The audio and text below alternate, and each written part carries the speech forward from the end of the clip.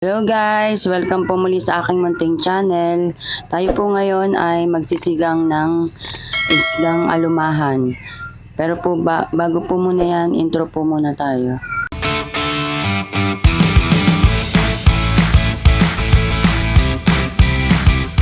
Ito guys, nagpakulo na po tayo ng kamatis, sibuyas at sili.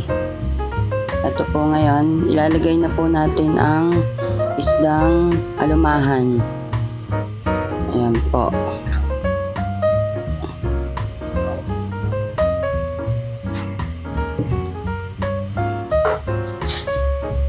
Saglit lang po, dinudurog ko po ang kamatis.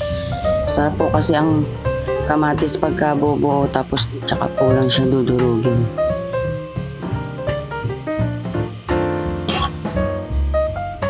Pakaluan po muna natin siya ulit at babalikan po natin siya.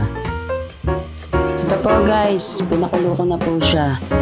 Timplahan po muna natin siya. Lalagyan po natin siya ng asin, konting asin po.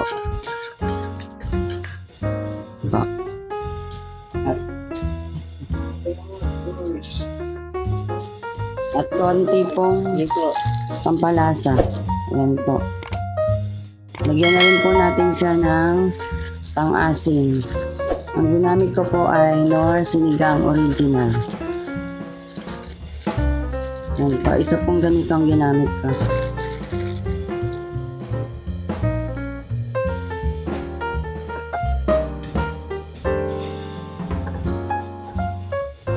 Takpan po muna natin siya ulit.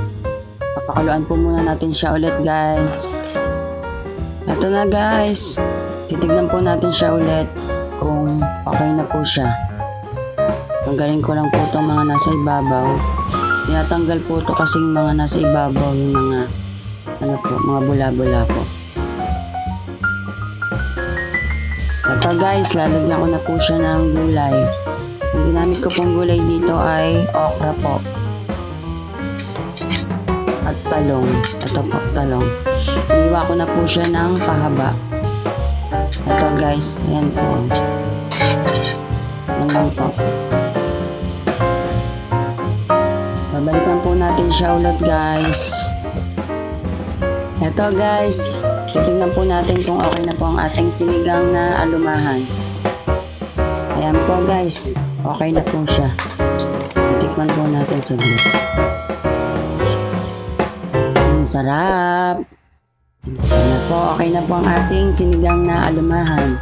Okay, subscribe niyo naman po ako. Salamat po.